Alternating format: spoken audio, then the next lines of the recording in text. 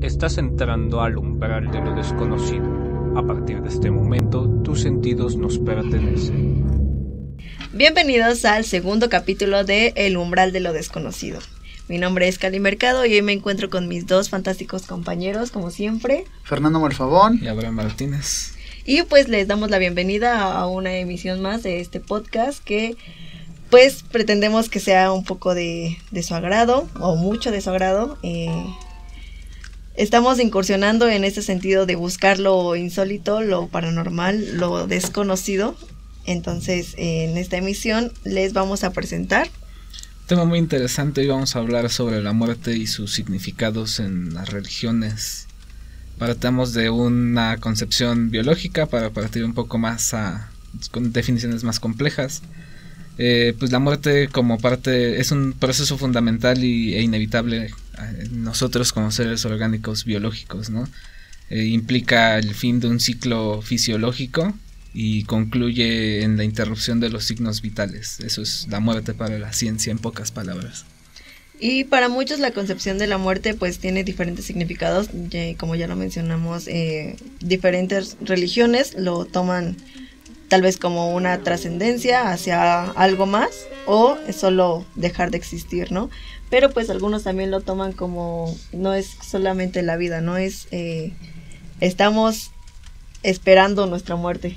Pues sobre todo que por ejemplo en las religiones que se procesan a diario las personas, pues sí tienen que ver en cierta forma con esos estándares de la pérdida o el sufrimiento, pero sobre todo también con mucho con lo de la reencarnación o lo de la resurrección. Y pues nosotros siendo mexicanos tenemos una gran cultura hacia la muerte, ¿no? Incluso hay personas que la idolatran tanto como un santo, la Santa Muerte. Entonces le tienen tanta devoción y es este sentido de nuevo, ¿no? Que para ellos la muerte no significa solo morir y ya, o no significa solo algo, ¿sí? No es ya una especie de religión, algo más como más de trascendencia, ¿no?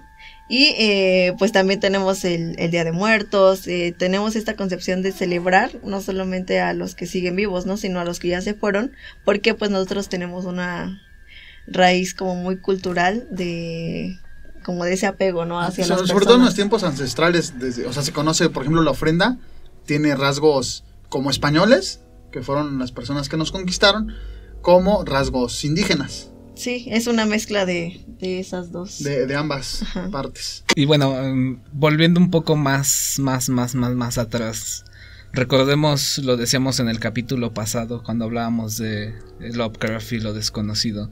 Imaginemos que algún día fuimos simios que estaban trepados en árboles sin una conciencia clara de qué era el mundo que los rodeaba.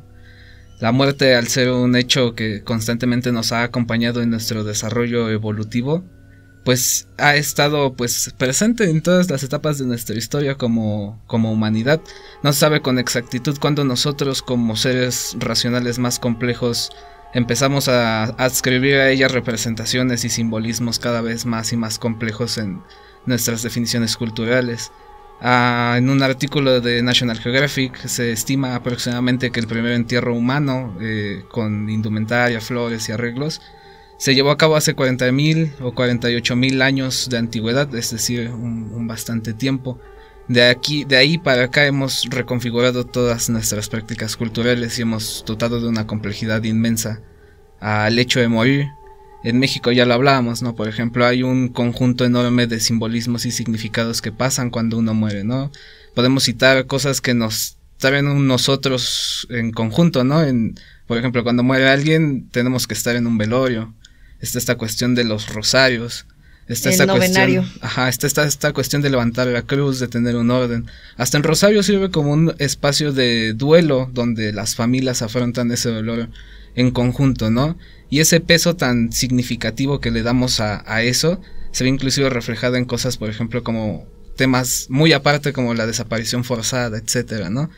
cuando escuchamos a gente que habla de la muerte de sus familiares, no de la muerte, no de la desaparición de sus familiares, incide un punto importante que siempre es el cuerpo, ¿no? ¿Dónde está el cuerpo? ¿Dónde se puede velar? ¿Dónde se puede hallar esa pauta de duelo, ¿no? Entonces, muy interesante, ¿no? Ver cómo evoluciona esta parte de pasar de ver a la muerte como un hecho transitorio a hacerla más propia, ¿no? A culturarla como seres humanos. Pues siendo puntuales en lo que mencionas de las desapariciones forzadas, pues inclusive, ¿no? Las personas que están buscando a sus familiares siempre buscan a quién llorarle, o sea, siempre buscan ese cuerpo, y si no lo encuentran siempre están pues desesperados, tienen la parte de ansiedad, se podría decir, de saber dónde se encuentran las personas. Incluso hay testimonios de personas donde dicen que o lo único que quieren es encontrar el cuerpo y ya para poder descansar. Y es esta especie de simbolismo, ¿no? De nuevo que le damos a la concepción de tener que enterrar a alguien para dejarlo ir, para que trascienda, para que su alma, y ya empieza en este sentido como más filosófico, en que su alma pueda descansar y hasta en un lugar santo, ¿no? Porque tiene que ser, ya involucrándonos un poco más en la religión, en un lugar santo, en un lugar donde ya le hayan rezado, en donde sea un espacio único para la muerte, como son los cementerios, ¿no? Exacto. Y pues por ejemplo, trayendo a colación de nuevo esta cuestión del cuerpo y de todos estos simbolismos que surgen, recordemos también, como decía Fernando hace un momento, ¿no? Somos un país que fue conquistado, y fuimos conquistados por España, particularmente con una religión católica. En esta religión católica, pues se podría decir que viene precedida por la tradición judeocristiana. En esta religión vemos precisamente esta importancia del cuerpo como una herramienta de trascendencia. Uno en vida, católicamente, cristianamente, judeocristianamente, se prepara en vida para la eternidad, se puede decir así. Entonces de ahí viene esa importancia del cuerpo como esa herramienta que nos diviniza de algún modo.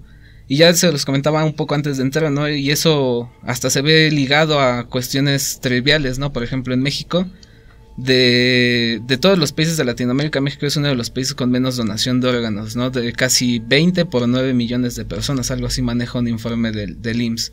Entonces eso nos habla también de los tabúes que envuelven a la muerte.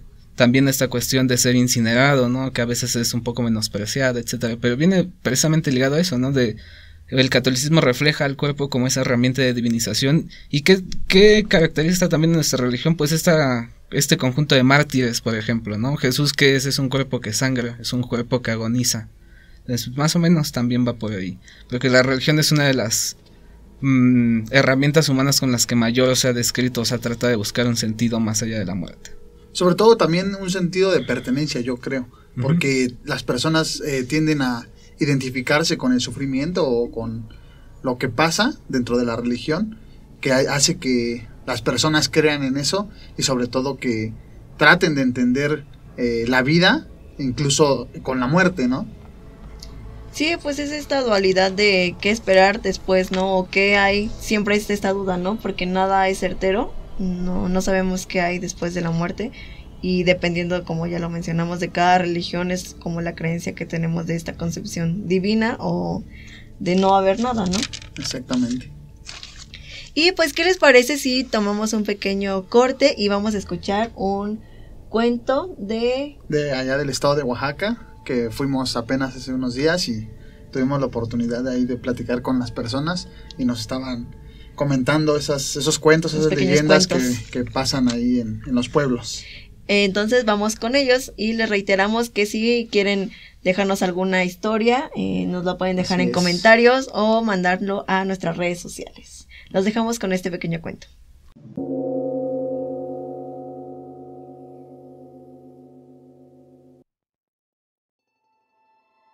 Hoy les contaré una historia real de la villa de Sáchila, Oaxaca. Pues cuenta o es más bien dicho, es algo que se ha visto y que es real. Hasta dónde llega a veces la ambición del dinero, de poseer cosas que no, a simple vista pues no tienen tanto valor. Y dan todo por tenerlo todo.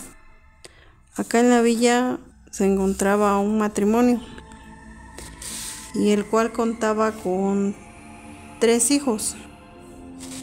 Uno era un químico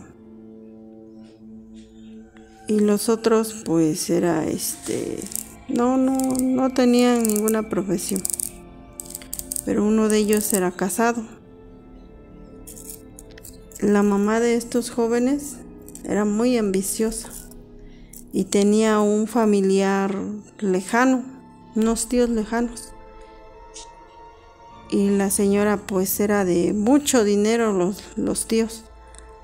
La tía pues era prestamista y siempre decían que tenía mucho dinero, pero que no era un dinero, digamos, un dinero que sea el fruto de un trabajo así, sino que más bien era el dinero de uno de los duendes, el cual a su casa de la señora pues siempre estaba muy misteriosa, una casa ahora sí como de espanto, y en la cual mucha gente dice de aquí del pueblo que la señora tenía unos cuartos de adobe grandotes y en ellos tenía muchas ollas de barro, pero volteadas así con la boca hacia abajo. Y cuando iban las personas que necesitaban dinero, les decía ella que sí, que cuánto quería. Y en una ocasión dice una señora que ella vio y entró y le dijo, pero permíteme, dice, porque voy a encerrar a mis hijos, dice.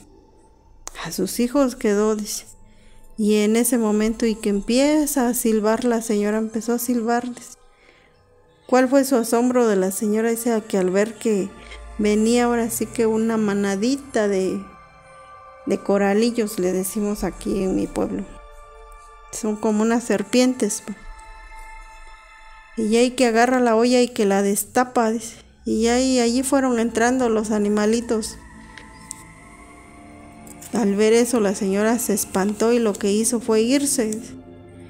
Pero dicen que como poseían de muchos terrenos y eran nada más los 2 hermanos, ella y un hermano.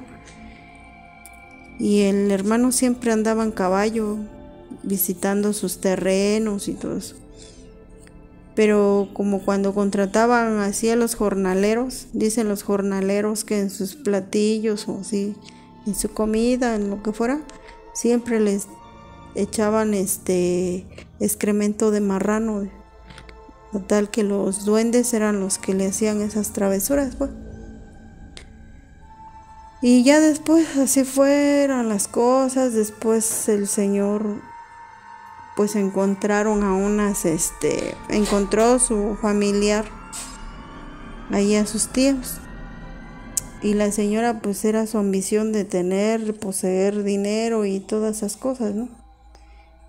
Fue tanto que agarró, pues ahora sí le iba allí a conquistar a los tíos y todo, hasta que logró que el hermano de la señora le comprara una casa a la sobrina, digamos. Y ya la señora pues ya se hizo de una casísima. Pero al poco tiempo el señor y que muere. Al morir el señor, pues la sobrina dijo, yo me llevo a mi tía, y se la llevó a su casa. Y la señora, al ya estar en su casa de la sobrina, pues agarró la sobrina. Lo que hizo fue hacerle un departamentito, pero hasta el fondo de su casa. Pero entonces ya la trató mal, ya todo, cuando la señora ya le dio todo el interés que tenía. Le dio sus joyas, su dinero y todo. Pero como la abuelita dicen que siempre andaba con los duendes, pues ya después sí le dejó una maldición, digamos, a la sobrina. Y le dijo, ya sabes, dice que todo lo que me estás haciendo, me la vas a pagar. Y al doble, dice. Pues ya después, al poco tiempo, la señora pues tenía diabetes. Se le fue complicando más su diabetes. El hijo químico que tenía se metió en las drogas, hasta suicidarse él solo. Luego pues su hijo, el casado, pues nada más logró tener un niño.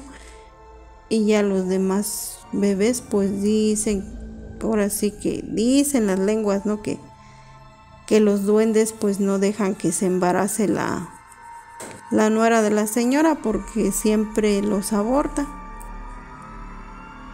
Y así fue que empezó a terminar esta familia, porque al final de cuentas la sombrina ambiciosa pues murió y ahora el esposo pues se encuentra igual ya en un estado crítico, pues. Y ya sus hijos pues prácticamente pues no están tan bien que digamos. ¿De qué les sirve tener unas mansiones y todo cuando la felicidad pues yo creo que no la tiene? Pero así es esta historia real que ha sucedido en mi pueblo. Espero les guste.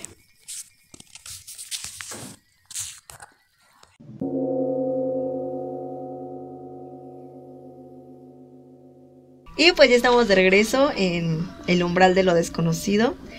Y pues ahora vamos a hablar un poco sobre nuestra experiencia, ¿no? Que hemos experimentado en estos rituales. En mi experiencia personal, pues mi familia y los cercanos son católicos, entonces en México está muy enraizado eso del catolicismo, y en los funerales pues sí se hace esto que ya mencionaba mi compañero Abraham, que es el novenario, el levantamiento de cruz, cuando ponen, velan al difunto por ciertas horas antes de que se vaya a enterrar.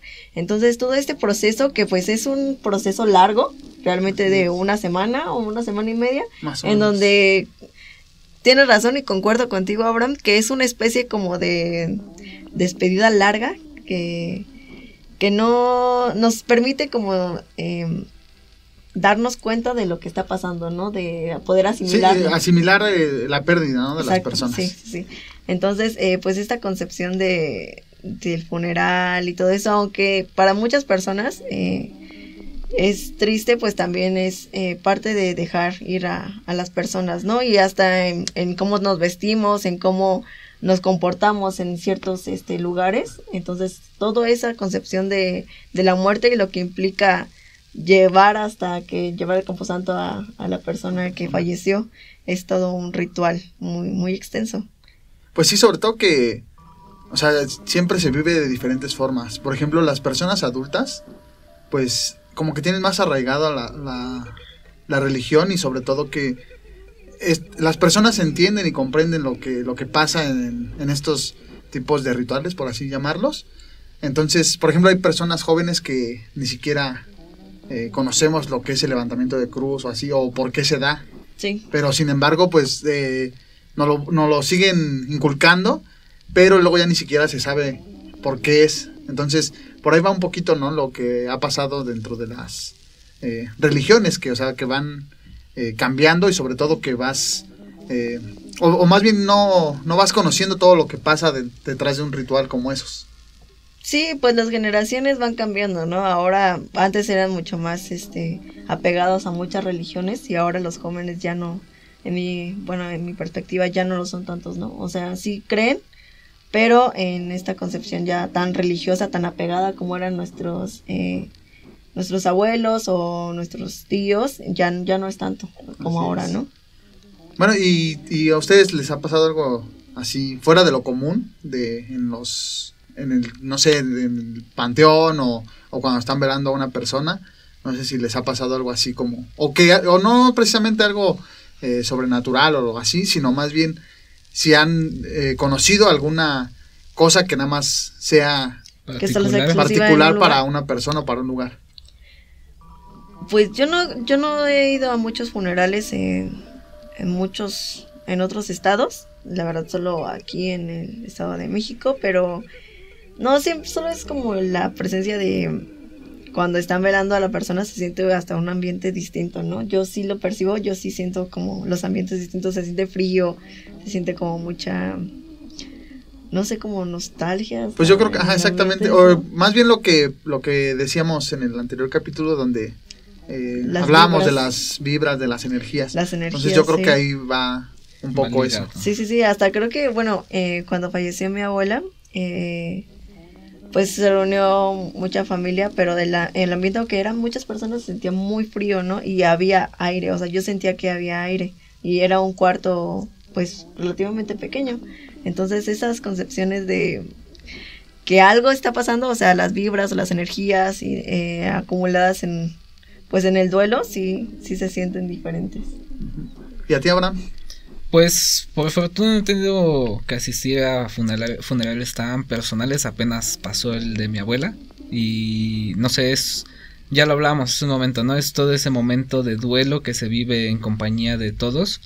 Pero es gracioso como en algún momento de la noche y de todo ese lapso también se presta al reír y al bromear y al salir un poco de foco de lo que está pasando, porque no sé, ¿no? También en esta parte de la nostalgia empiezan a revenir muchas cosas que viviste o que pasaste con tu familiar. Y se rompe por un momento ese luto, ¿no? Es esa parte también tan mexicana, ¿no? De empezar a jugar con la muerte. De burlarnos, ¿no? Exactamente, aunque el momento sea, como dice Cali, ¿no? Un momento muy lúgubre, muy triste.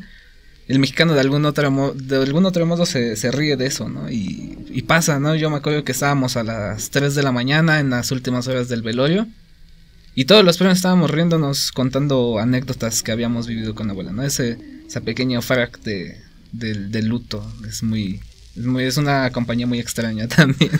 Y sobre todo eso también es como un tributo, ¿no? A la persona que ya partió. Exacto. Donde No tú, tomarlo con tristeza. Ajá, exacto, tú lo tomas como, a lo mejor incluso como era la persona, ¿no? Sí, con alegría. Y hay personas que desde mucho antes, ¿no? Que fallezcan, dicen, yo quiero morirme de tal manera, o sea, no quiero que mi funeral sea triste, no quiero que se vistan de negro, quiero que se vistan coloridos, que bailen, que canten. Y en México se da mucho, ¿no? En estos paseos, porque hay regiones en donde pasean al difunto en las carrozas, con toda la gente siguiendo al carro, con flores, con velas, con música de banda, ¿no? Todo es muy ruidoso, todo no es como en silencio, todo es muy ruidoso, la gente llorando o riendo, es como sí, tomarle el doble sentido, ¿no? Nosotros, bueno, muchas personas dicen que los mexicanos somos muy alegres y tratamos de verle el lado positivo aunque todo esté muy mal. Entonces eso es bonito de nuestra cultura, ¿no? Que tratamos de darle otro sentido a la muerte. Sí, sobre todo, yo pienso también, ¿qué pasa, no? Con estas personas que en muchas ocasiones dicen que no pueden morir, pero es porque algo deben. Ahí también viene incluyendo mucho lo que es la parte mala de la religión, porque creen que cuando eres de una religión, pues ya si tú hiciste algo malo en tu vida, ya ahí cae, ¿no? En ese peso. ¿O ustedes qué piensan de eso? Pues en mi sentido personal, yo siento que todo lo bueno o malo que hagamos lo pagamos en vida. No tengo muy clara la concepción de la muerte todavía, pero siento que no hay nada más después de la muerte. Para mí no hay nada después de la muerte, y todo lo que estamos experimentando o viviendo es la vida y lo que hay y lo que estamos viendo. Todo lo bueno que hagamos o lo malo, yo creo en el karma, entonces todo lo bueno que hagamos se nos regresa y todo lo malo también. Entonces, por ahí va mi percepción. Yo igual concuerdo un poco con la compañera Cali. O sea, no piensan en la reencarnación, por ejemplo, como la religión budista o la hinduista, sí. Exactamente, o sea, que ellos sí creen en la reencarnación. Y en algunas otras, pues creen en la resurrección, como es el caso de la religión católica. Sí, en la resurrección. Entonces ustedes Dios. no creen en eso. Pues no, realmente no. Yo no, realmente no. Siento que somos instantes, ¿no? O sea, somos pequeños fragmentos de este plano, y no creo que haya una vida o una trascendencia. Siento que solo dejamos de existir. Porque, por ejemplo, el judaísmo habla mucho sobre que no puedes descansar en paz o no puedes ir con Dios hasta que tú logres vivir y hacer lo que tienes que hacer, o sea, tu misión de vida a la que vienes. Entonces, si tú no completas en esta vida, tienes otra vida y otra vida, Entonces, por ejemplo, mucha gente habla de que este día ya lo viví, entonces yo creo que va por ahí, ¿no? O sea, piensan que también va por ese lado. Sí, pues de hecho va otra vez como a las religiones, ¿no? Hay niñitos, bueno, según hay casos, yo he escuchado de casos que niños pequeños, no sé, de 5 años, le cuentan a sus mamás, yo viví en tal época y hice esto, y hice esto, y esto, y esto, y me llamaba tal, y investigando, pues sí son, sí existieron esas personas, ¿no? O sí tuvieron como esos hechos reales. Uh-huh. Pero, o sea, en lo personal yo no creo tanto en eso. O sea, yo no creo en la reencarnación, ni que hay algo más.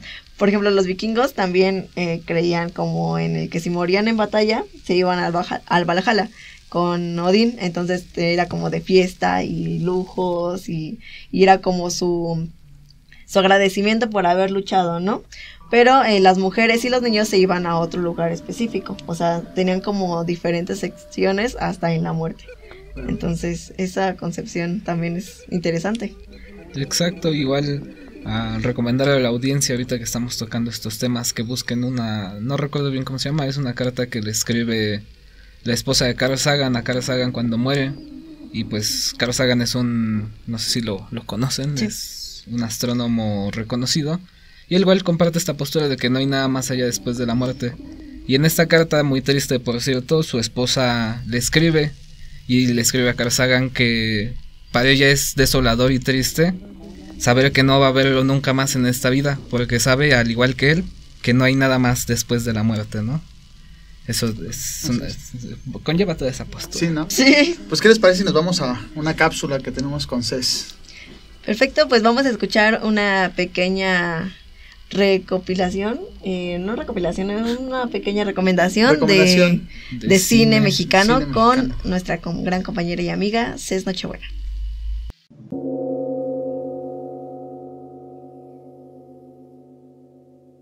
Hola amigas y amigos de El Umbral de lo Desconocido.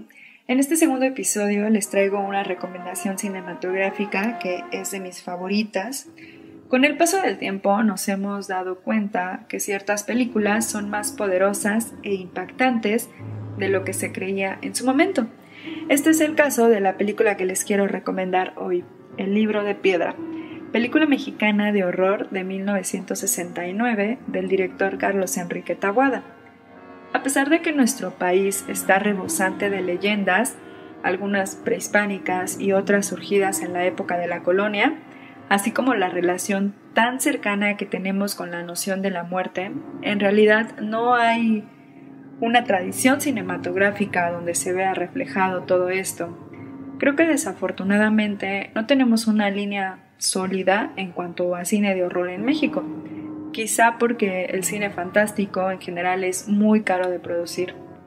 A pesar de esto, por supuesto que tenemos a cineastas importantes cuyo legado sigue presente hasta nuestros días. Me viene a la mente El Vampiro, que es una película clásica de 1956 del director Fernández Méndez y de la que muy probablemente hablaremos en un futuro en este podcast. El hecho de que exista una incontinuidad del cine de horror en México hace aún más apreciable y valioso el universo cinematográfico de Carlos Enrique Taboada.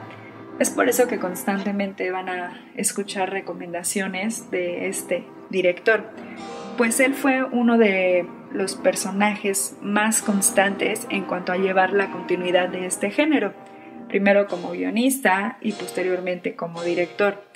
Quiero compartirles también que en su momento Taboada no fue tan elogiado por la crítica. Desafortunadamente el reconocimiento le llegó tarde. Fue hasta 1984, con la película Veneno para Hadas, cuando comenzó a ser reconocido.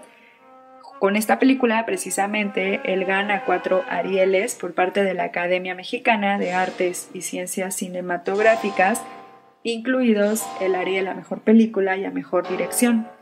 Aún con todo esto, la película se exhibió en pocas salas y fue la última película que dirigiría el director antes de su muerte.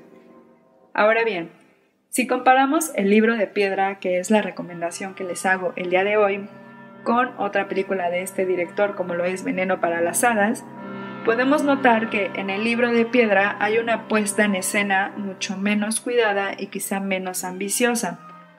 Ambas películas tienen como protagonistas a niñas con comportamientos extraños, pero en el Libro de Piedra, Taboada contó que antes del estreno su productor lo apresuraba para sacar la película echando a la borda toda la preparación que el director tenía planeada. La película está filmada en diferentes escenarios, que son escenarios reales, en casas reales. Algunas escenas fueron grabadas en el Estado de México y otras fueron grabadas en la casa de Emilio el Indio Fernández, que por cierto actualmente está abierta al público y se presentan diversas obras de teatro para que puedan ustedes acudir a darse una vuelta. Ahora bien, el Libro de Piedra impactó en muchas personas. Platicando con amigos, familiares y conocidos, muchos recuerdan a la película como la película de horror que más les atemorizó en el cine mexicano. El argumento es relativamente sencillo. Comienza cuando Julia, quien es una institutriz, es contratada para cuidar a la hija pequeña de una familia adinerada. La niña se llama Silvia. El padre de Silvia se da cuenta que al mudarse a la nueva casa que está en el campo, la niña comienza a tener comportamientos extraños, pues todo el tiempo habla de un tal Hugo que dice ser su amigo de Silvia, lo cual es imposible, pues la casa no está rodeada de otros niños y está prácticamente sola en la nada. En primera instancia podríamos pensar que Hugo es un personaje imaginario, pero no del todo, pues aunque no sea un niño real, existe para Silvia en forma de estatua de piedra, donde Hugo sostiene un libro en sus manos, de ahí el título de la película. Conforme avanza la película, el origen de la estatua y del libro son descubiertos y es ahí donde se concentra el horror de esta pieza del cine mexicano de terror. Es en la última escena donde todo cobra sentido y me parece que eso es lo que hace que la historia tenga un impacto permanente en la mente de las y de los espectadores. A lo largo de la película vemos cómo Taboada usa elementos del horror gótico muy concretos, lo que nos remite a la novela Otra vuelta de tuerca del escritor Henry James, la cual ha tenido varias adaptaciones al cine. Una de ellas muy destacable y que es mi favorita es la de Los Inocentes de 1961, que también si tienen la oportunidad de verla es una excelente recomendación. El Libro de Piedra es una historia de terror trágica y siniestra. Hay una profecía que se cumple y es justamente la crueldad de esta profecía consumada lo que hace para mí que El Libro de Piedra sea una película tan valiosa del cine mexicano. Si aún no la ven, la pueden encontrar en YouTube. No será la última película de horror que comentemos aquí, pero por el momento les dejo esta recomendación y así los invitamos a que nos escriban en nuestras redes sociales qué les pareció la película, si tienen alguna otra recomendación o si quieren ustedes proponer alguna otra película que podamos hablar. Gracias.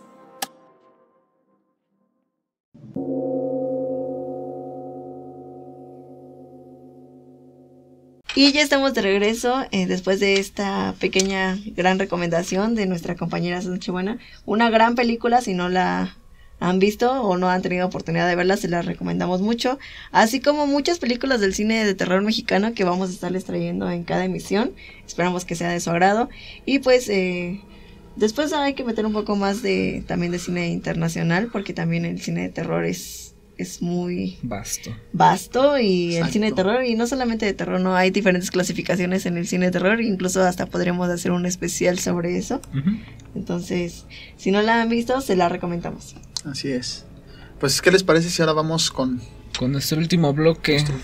Pues ya ¿de qué trata, Abraham? Un poco de lo propio de cómo concebimos la muerte de los mexicanos, particularmente los católicos, los judíos. Pero también es importante hablar de otras cosas más allá de lo nuestro, ¿no? Y cómo conciben la muerte de otras religiones es un punto de partida importante, ¿no? No sé qué haya investigado aquí nuestra licenciada Cali. Pues yo investigué un poco sobre el hinduismo. Entonces, pues también mi compañera Riquita también tiene un pequeño dato curioso. Pues el hinduismo lo toman como esta especie también de trascendencia, ¿no? Ellos sí creen también en la reencarnación y en la India pues hay diferentes tipos de dioses, ¿no? Entonces cada dios también es una especie de como culto y también tiene diferentes connotaciones hacia ese espectro. Por ejemplo, Kali, mi nombre, yo me llamo Kali. Kali es la diosa de la muerte, pero la diosa de la muerte en las guerras. Entonces, pues es esta mítica mujer azul de 4 brazos, con la lengua de fuera, pues que llevaba o trascendía también o ayudaba a trascender a los que estaban en batalla, ¿no? Entonces, pues a mí se me hace muy interesante y me gusta mucho mi nombre porque tiene un significado pues diferente, ¿no? Pues para dar un ejemplo, es como los dioses aquí en México, ¿no? Uh-huh. O sea, el hinduismo es parecido a eso, pero con sus diferentes vertientes, obviamente. Sí. Y pues menciona un experto que la muerte física no, a ellos no, sí les significa, pero es más como a lo emocional, hacia lo sentimental, hacia lo que tú eres como individuo, ¿no? Entonces es como un más filosófico, más sentimental hasta algunas maneras. Cuando una persona fallece, se repliega hacia las distintas potencias que ellos llaman como dioses. Entonces, pues ahí un poquillo va. ¿Cuál era el dato curioso que Abraham nos traía, que hablaban del dato curioso? Pues un poco relacionado a lo que comentaba Kali, en el hinduismo, a diferencia del catolicismo, el cuerpo no es tan importante, es más como un receptáculo del alma. El alma es lo que trasciende y es mucho más importante que el caparazón que está aquí afuera. En esas mismas regiones del Tíbet, en las montañas del Himalaya, hay un ritual realizado por una religión, en realidad se llama entierro celestial o yator para su idioma, y consiste en llevar el cadáver del difunto a un acantilado donde es diseccionado por especialistas, en este caso monjes de la religión, y es expuesto para que los animales de la región se lo coman, sean devorados como si fuera rapiña, pues. Y eso disocia bastante de lo que nosotros hacemos, ¿no? Imagínate ir, no sé, a Barranca del Muerto y dejar ahí a tu cadáver tirado a ver qué le pasa. Sí, como dato curioso se los comentaba hace un rato, Barranca del Muerto pues tiene ese nombre porque literal era una barranca en donde aventaban los cuerpos de la revolución. Entonces pues todo estaba lleno de muertos y los buitres rondaban. Entonces si ven la insignia del metro, pues son unos buitres porque pues justo estaban merodeando a los muertos, sí, que aventaban al barranco. Entonces por eso está tan inclinado, porque exacto, literal era un barranco, un llano. Y pues en esta concepción otra vez del hinduismo, ellos, como ya lo mencionábamos, se fijaban mucho en trascender, ¿no? O sea, el cuerpo no significaba, pero lo que hacías o lo que hiciste en vida sí significaba mucho, porque el karma, o lo que ellos también llaman como cita, que era como una especie de disco duro de toda la vida. Entonces todo eso, el karma y el cita, se trascendía al próximo cuerpo que tú fueras a habitar, ¿no? Entonces si hiciste buenas o malas acciones, pues todo eso se te iba a repercutir o beneficiar en tu próxima vida, ¿no? Cuando resurgieras o reencarnaras, exacto. Entonces pues es una concepción diferente que pues nosotros no tenemos, obviamente.Nosotros sí creemos como en la muerte y por ejemplo los católicos es en llegar al cielo, ¿no? Llegar a este espectro como celestial en donde Dios nos va a recibir y los ángeles y... Sí, una vida eterna, como le llaman, exacto, ¿no? Uh-huh. De paz y tranquilidad dependiendo de cómo te portarás, ¿no? Porque si fuiste una mala persona y ahí va de nuevo como la concepción de lo malo y de lo bueno, ¿no? Lo malo y bueno, te ibas a ir al infierno, ¿no? Entonces, eres bueno o eres malo y dependiendo de eso y de cómo fuiste en la vida, es a dónde vas a ir a descansar. O también hay medios, porque también te quedas en el purgatorio. Entonces, o en el purgatorio, sí, también claro. Así como los medios, ¿no? Eres medio bueno, medio malo, pues te vas para el purgatorio, exacto, ¿no? Hay un punto medio para todo. Claro. Y pues tú tienes algo más que agregar, Fer. Pues sí, yo textualmente tengo una cita que voy a mencionar. que hablaba precisamente de las diferencias entre el judaísmo y el catolicismo. Por ejemplo, en el judaísmo se reencarna hasta que se cumpla con la misión que Dios encomendó, es lo que les decía. Si no lograste y no cumpliste con tu misión en esta vida, pues vas a reencarnar las veces que sean necesarios para llevar esa misión que Dios te dio. En el catolicismo se cree en la resurrección, pero los feligreses dicen que podría existir la reencarnación. En el metodismo se cree en la resurrección. También otra de las cosas en el judaísmo es la ambivalencia, que no creen en premios ni castigos, pero por otro lado creen que premios pueden ser reencarnar en alguien mejor, en irse con Dios o no ir al infierno, como ya lo habíamos mencionado. Y los castigos pueden ser bajar nuevamente a la tierra o ir al infierno. En el catolicismo existen los premios, y creo que eso sí es muy mencionado siempre, ¿no? Con nuestros padres, así siempre hablan de eso. Entonces los premios son irse con Dios, gozar del paraíso, como bien lo mencionábamos, el descansar del sufrimiento de la tierra, la paz, la felicidad, volver a ver a los seres queridos, bueno, en cuanto a los castigos, hay ambivalencia en general.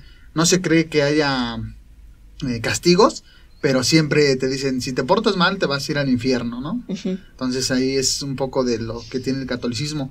En el metodismo los premios son morir e ir al reino a pasar la vida eterna con Dios y con Jesús, y no creen en los castigos, aunque las escrituras los mencionan como castigos.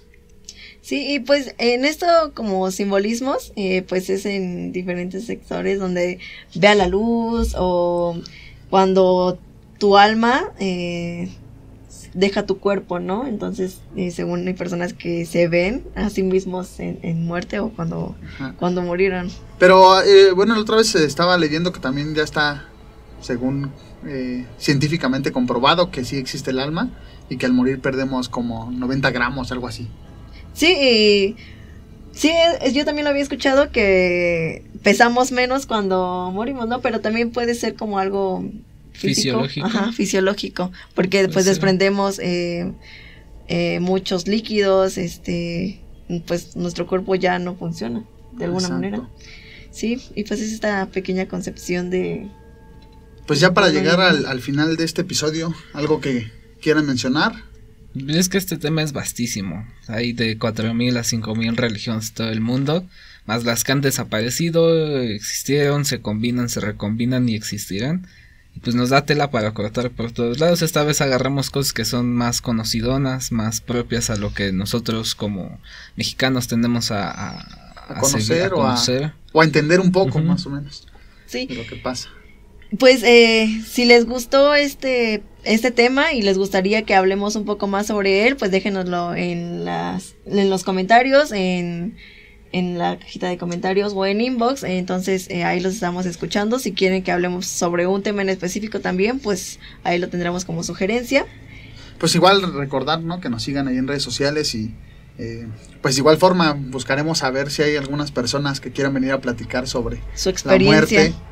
Como nuestros colaboradores de Oaxaca que nos hicieron llegar ese relato bastante bueno. O llamadas en vivo, ¿no? Escucharlos a todos los que nos están escuchando del otro lado, y para tener esta pequeña interacción, ¿no?, entre las historias que también puedan abornarnos a nuestra concepción sobre el umbral, ese velo que tratamos de descubrir. Sí, sobre todo que pues la muerte es una fase que todos vamos a vivir. Inevitable. Entonces, que es algo muy arraigado en nuestras raíces. Entonces, pues sí, será muy interesante escuchar a las personas, saber y entender qué piensan de la muerte. Sí, y pues somos finitos, ¿no? No hay nadie yo no conozco a alguien que sea inmortal.